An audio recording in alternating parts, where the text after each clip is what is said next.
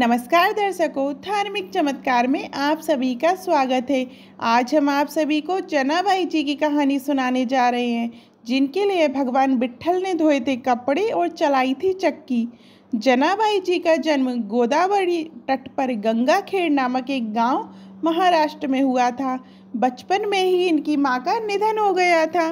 उनके पिता उन्हें भगवान विट्ठल के दर्शन करने के लिए पंढरपुर लाए और उनकी भी वहाँ पर मृत्यु हो गई। जनाबाई जी के हृदय में भगवत प्रेरणा से ये बात आई कि कोई भक्त अगर उन पर कृपा कर दे तो उन्हें भगवान का साक्षात्कार हो जाएगा। इसलिए जनाबाई जी ने 8 वर्ष की आयु में नामदेव जी महाराज के यहाँ सेवा करना स्वीकार कर लिया। नामदेव जी निरंतर भजन परायण थे और निरंतर भगवान के नाम में डूबे रहते थे। नामदेव जी जैसे महात्मा के यहाँ सेवा मिल जाना मतलब स्वयं प्रभु की सेवा से भी बड़ी सेवा मिल जाना था। जनाबाई जी के हृदय में एक ही बात आती थी कि वे नामदेव जी को प्रसन्न कर लें। जनाबाई जी अब नामदेव जी के पूरे परिवार की तन्मयता पूर्वक सेवा करने लगी। वह उनके घर के सभी कार्य जैसे कपड़े धोना, आटा पीसना, भोग तैयार करना, बर्तन मांजना, झाड़ू पोछा करना वे स्वयं करने लगी। जनाबाई को सेवा में बड़ा आनंद आने लगा। नामदेव जी की सेवा और संग के प्रभाव से उनका निरंतर नाम जप चलने लगा।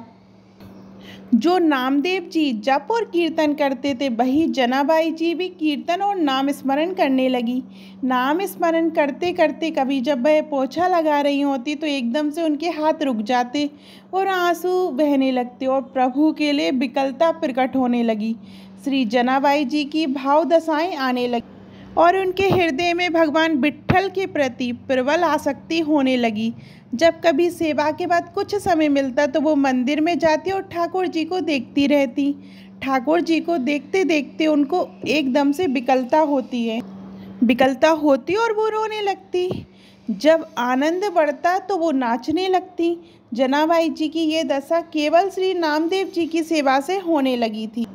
जनाबाई जी सभी कार्य करते हुए सावधानी रखती कि सेवा में कहीं गलती ना हो जाए और नाम स्मरण विस्मरण ना हो। ऐसे जनाबाई श्री नामदेव जी का सेवा में मगन रहने लगी।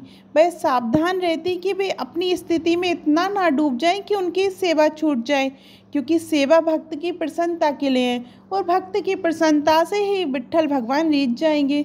उनके हृदय की इस धारणा और भगवान के नाम का ऐसा प्रभाव हुआ कि अब उनके आंसू नहीं रुकते थे। सभी कार्य करते हुए उनके अश्रु प्रवाह होते रहते थे।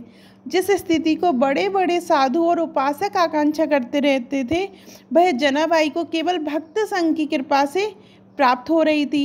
एकादशी के दिन नामदेव जी के यहाँ रात्रि में भक्त मंडली एकत्रित होकर कीर्तन करती थी। कोई मृदंग बजाता, कोई करताल बजाता, कोई नृत्य करते हुए कीर्तन करता, कोई प्रभु की आनंद में लीलाओं का गायन करता, तो कोई एकांत में बैठा हुआ उन लीलाओं और कीर्तन को सुनकर आंसू प्रवाह करता। नामदेव जी की यहाँ पूरी एकादशी की रात्रि को ऐसा कीर्तन होता और जनाबाई सब संतों की सेवा करके एकांत कोने में खड़ी रहती। वो नामदेव जी और बड़े बड़े भक्तों की भाव दशाएं देखती थी तो उनके हृदय में विकलता और बढ़ जाती थी। संकीर्तन के आनंद सागर में वे पूरी रात डूबी रहती थी। उनको ये पता नहीं चलता था कि रात्रि कब व्यतीत हो गई है। यही महाप्रेम का स्वरूप है। प्रातःकाल होते ही भक्त मंडली चली जाती और जनाबाई भगवत प्रेम की मादकता में बाबरी हुई ठाकुर जी की प्रसन्नता के लिए श्री नामदेव जी की सेवा में मग्न रहने लगी। एक दिन एकादशी की रात्रि में जनाबाई भाव में ऐसी डूबी हुई थी कि सुबह हो गई और उनकी सेवा बाकी रह गई। घबराते हुए उन्होंने सोचा कि पहले वस्त्र धो लें। जब वह चंद्रभाग नदी के पास पहुंची तो उनके मन में बहुत सी चिंताएं एक साथ आने लगीं। वह सोच रही थी कि अभी तो बर्तन धोने हैं और ठाकुर जी की सेवा के लिए पानी भी भरने जाना है। आज तो बहुत देर हो गई है, कैसे मैं सब सेवाएं पूरी कर पाऊंगी। वह ये सोच ही रही थी कि एक वृद्ध माता उनके पास आई और कहा, जनाबाई तू चिंता क्यों कर रही है, तू जाकर बाकी के काम कर ले, मैं तेरे सारे कपड़े धो देती हूँ। जनाबाई ने कहा कि आप मेरा काम क्यों करोगी। वृद्धा ने कहा, मैं सच्ची सफाई और धुलाई करना जानती हूँ। जो कपड़े मैं एक बार धोती हूँ वह दोबारा गंदे नहीं होते हैं। जनाबाई समझ नहीं पाई। बुढ़िया ने प्रेम से कहा कि तू चिंता मत कर, तू मेरे जैसे कपड़े साफ नहीं कर सकती। जनाबाई ने कहा अब मुझे तत्काल नामदेव जी के घर जाना होगा क्योंकि मैंने बर्तन नहीं धोए। वो ये कहकर और कपड़े वहीं नदी के किनारे छोड़कर चली गई। जनाबाई बर्तन धोकर और जल भरकर वापस आई तो उन्होंने देखा कि उन माता ने सब कपड़े धोकर सुखा दिए। जनाबाई ने देखा कि सारे कपड़े एकदम साफ हो गए थे। जनाबाई ने हाथ जोड़कर कहा आप जैसा उदार तो मुझे जीवन में कोई नहीं मिला। जनाबाई ने बोला कि मैं आपका बहुत आभार मानती हूँ। मैया ने कहा कि आभार की क्या बात है, मैं तो तुम्हारी ही हूँ, अपनों से आभार थोड़ी ना प्रकट करते हैं। ऐसा कहकर मुस्कुराते हुए वह वृद्ध माई वहाँ से चली गई। जाते जाते उन्होंने कहा अगर कभी भी ज़रूरत हो तो मुझे याद कर लेना, तुम जब याद करोगी मैं तुम्हारी सेवा के लिए उपस्थित हो जाऊंगी।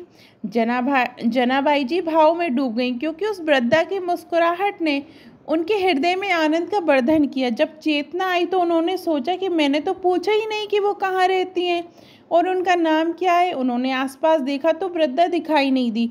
अब तो उनके हृदय में विकलता हुई कि शरीर को इतना वृद्ध था उनका फिर कैसे वो हवा की तरह भाग गई। वह कौन हो सकती हैं। जनाबाई सब कपड़े लेकर घर पहुंची। उनका हृदय बहुत व्याकुल था।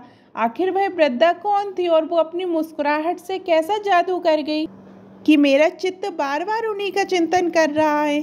जनाबाई गदगद कंठ से नामदेव जी के समीप गई और उनको पूरी घटना सुनाई। नामदेव जी ने तत्काल जनाबाई जी से कहा अरे भाई और कोई नहीं था, वह तो विट्ठल जी ही थे।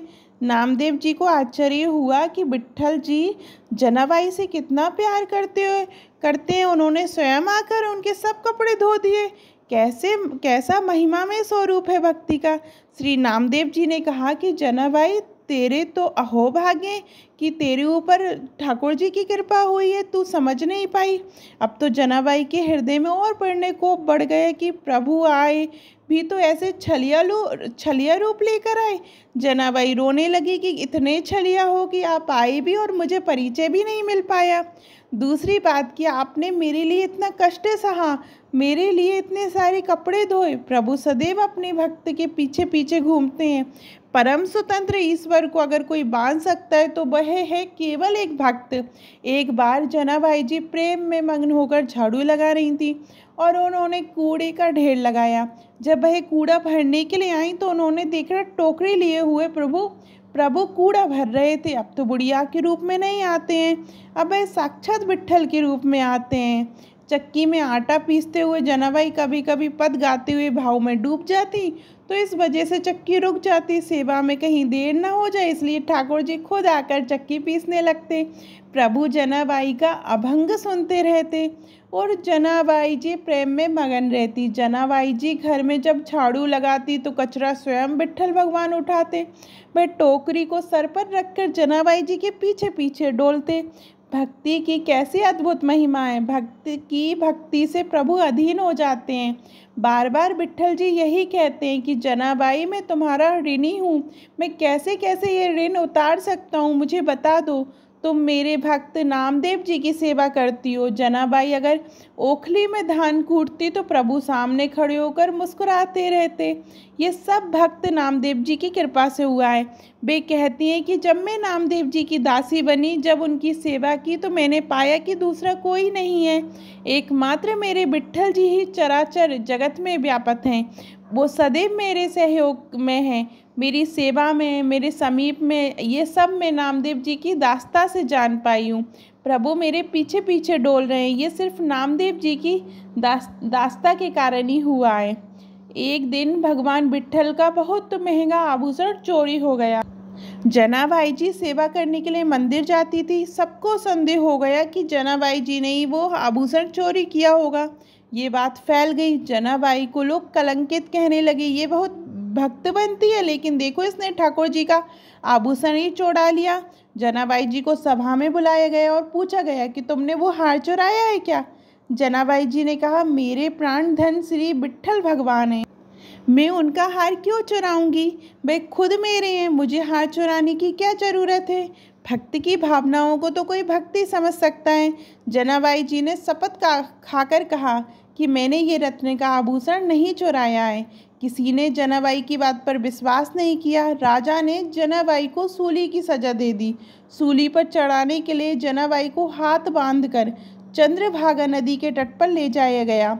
जनाबाई जी के हृदय में आया कि बहुत बढ़िया, जैसी विट्ठल जी की इच्छा, वह बस विट्ठल विट्ठल जपने लगी। जैसे जैसे वो विट्ठल विट्ठल बोलती, वैसे वैसे सूली, नुकीली लोहे का डंडा था, पिघलती जाती। ऐसा होते होते पूरी सूली पिघल गई। सब आश्चर्यचकित हो गए। राजा सैनिकों ने जनाबाई को प्रणाम किया और उनसे क्षमा मांगी। ये लीला दो प्रभाव दिखाने के लिए हुई थी। पहली, जनाबाई जी को कोई भय नहीं था, क्योंकि वह सोच रही थी कि सूली की सजा मेरे प्रीतम का विधान है और मेरे प्रीतम के मिलन के लिए अब ये शरीर छूटने वाला है, तो कोई भय नहीं है।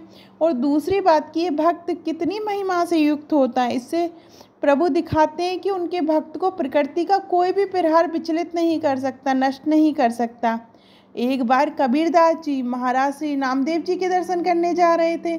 उन्होंने देखा कुछ शोरगुल हो रहा था है, तो किसी से पूछा कि क्या हो रहा है, तो उन्होंने बताया कि जनाबाई जी किसी स्त्री से लड़ रही हैं। कबीरदास जी ने पूछा कि जनाबाई कौन है, तो उन्हें बताया गया कि वह नामदेव जी की सेवा में रहती हैं। वे नज़दीक गए तो पता लगा कि लड़ाई गोबर के कंडों पर हो रही है। उनके मन में विचार आया कि एक भक्त कंडों के लिए कैसे लड़ सकता है। वह ऐसे ही आनंद मगन होकर उनका झगड़ा सुनने लगे। वह दूसरी स्त्री कह रही थी, कंडा मेरा है। जनाबाई जी ने कहा, नहीं, मेरा कंडा है। उस स्त्री ने जनाबाई जी से पूछा कि तेरे कंडे की पहचान क्या है। जनाबाई जी ने बोला कि कान में लगा के सुनो, मेरा कंडा बोल रहा है, विट्ठल विट्ठल। ये आश्चर्यचकित की बात है। जड़ वस्तु से नाम गूंजने लगे। जब सामने वाली स्त्री ने सहमति दी कि कंडे से विट्ठल विट्ठल सुनाई दे रहा है, तो कबीरदास जी को भी लगा कि देखा जाए कि ये बात कितनी सच है। कबीरदास जी ने भी कंडे को कान पर लगाया तो विट्ठल विट्ठल सुनाई दिया। उन्होंने जनाबाई जी के चरणों में प्रणाम किया। कबीरदास जी ने सोचा कि कितने महान है नामदेव जी, कि उनकी सेवा में रहने वाली दासी के भी ऐसे महान परमाणु हैं कि जिस चीज़ को उन्होंने छू लिया तो विट्ठल विट्ठल बोलने लगी। जनाबाई जी की नामदेव जी जैसी ऐसी तन्मयता हो गई थी कि जब नामदेव जी ने समाधि ली तो ठीक उसी दिन कीर्तन करते हुए जनाबाई जी भी विट्ठल भगवान में विलीन हो गई। जो भक्तों के चरणों का आश्रय लेता है, उसके सारे विकार नष्ट करके प्रभु से भगवत अनुराग में रंग देते हैं। इस प्रसंग से हमें सीखने को मिलता है कि किसी भक्त की सेवकाई से प्रभु कितने प्रसन्न होते हैं और भक्तों के प्रति श्रद्धा रखने से भगवत प्राप्ति कितनी सरल हो जाती है। आपको ये वीडियो कैसी लगी, कहानी कैसी लगी, कमेंट में ज़रूर बताइएगा। और अभी तक आपने हमारे चैनल धार्मिक चमत्कार को सब्सक्राइब नहीं किया है तो सब्सक्राइब करिएगा। धन्यवाद।